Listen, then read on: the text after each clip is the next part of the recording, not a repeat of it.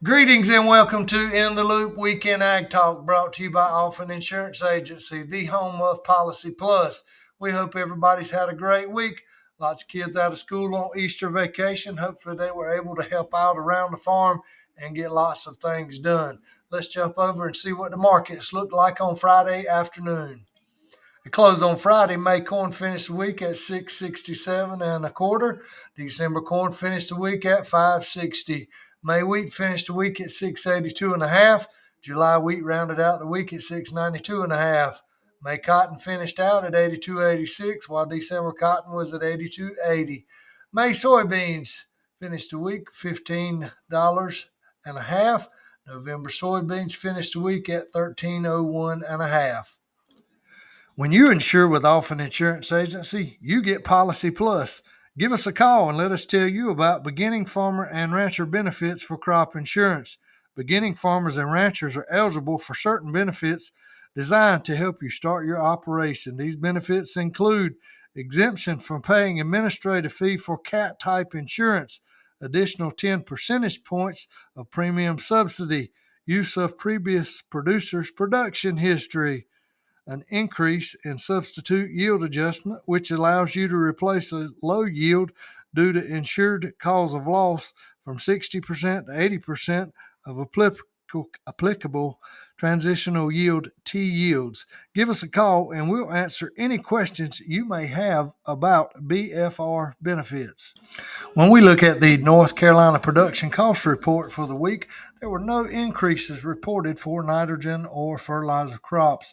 When we look at the crop update, the corn that is in the ground and was up before the heavy rains last weekend is looking good. Lots of corn went in the ground this week in areas where they were able to stand up. Still quite a few wet fields around. Should see some tobacco starting to be set out within the next week to 10 days. Congratulations to all the youth who participated in local youth livestock shows this week. I was able to attend the Wayne County show on Thursday, and congratulations to the Sanderson family on an excellent show. Sampson County Plow Day coming soon. It'll be over in the Herring community near the Herring Fire Department. It will be on May 6th. I will have more information coming in the next few weeks. When we look at U.S. ag news, there's lots to cover this week. We'll start with exports. Weekly U.S. corn export sales were soft yesterday. Net corn sales for the current marketing year totaled just 527,700 metric tons. The print was minus 58% on the week. Mexico, Japan, and China are still our largest buyers. But there was some good news this week. USDA reported a flash sale of old crop U.S. corn to China yesterday. Chinese buyers purchased 12.9 million bushels of U.S. corn. Of that total, 191,000 metric tons, which is 7.5 million bushels, are for delivery during the 22-23 marketing year. The remainder, 5.4 million bushels, are for delivery during the 23-24 marketing year. The last time U.S. corn was purchased by China through a flash sale was just 2 weeks ago. They've been very aggressive purchasing here in the last month. Next, we look at the USDA WASDE report, and it was pretty boring this week with not many surprises. Current year carryout projections were left unchanged for U.S. corn and soybeans. USDA did cut their estimates on Argentina's soybean crop to 27 million metric tons. This cut was larger than expected. USDA cut the estimate for domestic U.S. wheat feeding, resulting in a higher than expected U.S. carryout estimate. The May report should be of more interest. That's usually when we get the true numbers that we can focus on for the year. When we look this week at the weather and crop bulletin, we're going to look at corn planted. 7 states out of 18 corn growing states had reported this week 2% of the overall planted, with North Carolina coming in at 15% of the crop in the ground. Cotton has only got 4 states reporting now, with Arizona, California, and Texas leading the way, showing 7% of the crop in the ground. When we look at winter wheat statistics here, it looks like winter wheat headed North Carolina as at 11%. And when we look at the quality grades of North Carolina, the estimates are 0% very poor, 1% poor, 12% fair, 74% good, and 13% excellent. Should not be much more longer, and we should be getting some soybean planting report numbers in as well. When we look at cotton news for the week, we're going to read you a few excerpts from UGA Cotton Team April newsletter.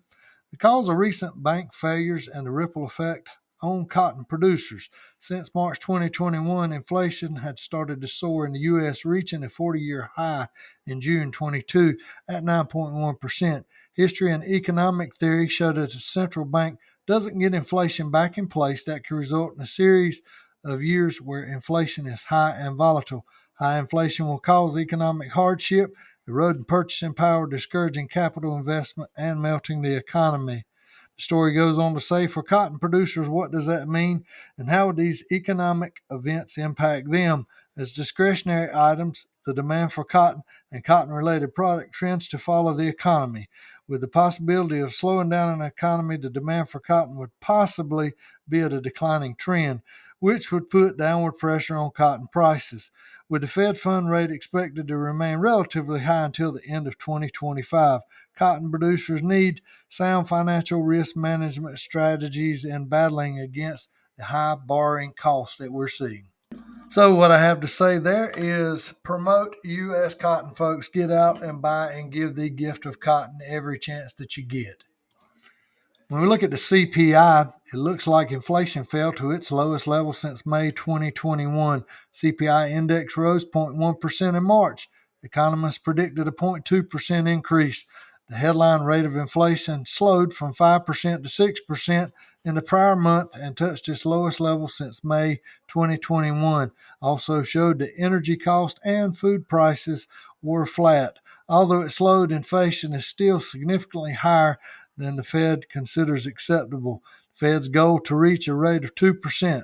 Over the past year, the Fed has raised the benchmark interest rate 9 times for a total of 4.75 percentage points. When we look in world ag news, we're going to look down in Brazil. The Brazilian government released its monthly crop report. CONAB, which is Brazil's USDA, put the soybean crop at 153.6 million metric tons versus 151.4 previously. The USDA has them at 154. And they also put the country's corn crop at 124.9 million metric tons, where the USDA is at 125 million metric tons. Soybean harvest in Brazil is mostly complete, and a record crop is a guarantee at this point. Planting of the second larger corn crop was just completed in a month. Weather forecasts appear favorable given the ongoing chance for rain. Romania and Poland have become key routes for Ukrainian grain exports. Since the Russian invasion in February 22, Ukraine has been forced to find alternative trade routes for its grain exports. The country has relied on shipping routes through Poland and Romania. Millions of tons of cheap Ukrainian wheat are now piling up in these countries. This glut of grain has hurt prices for sales on the cash market for these local producers.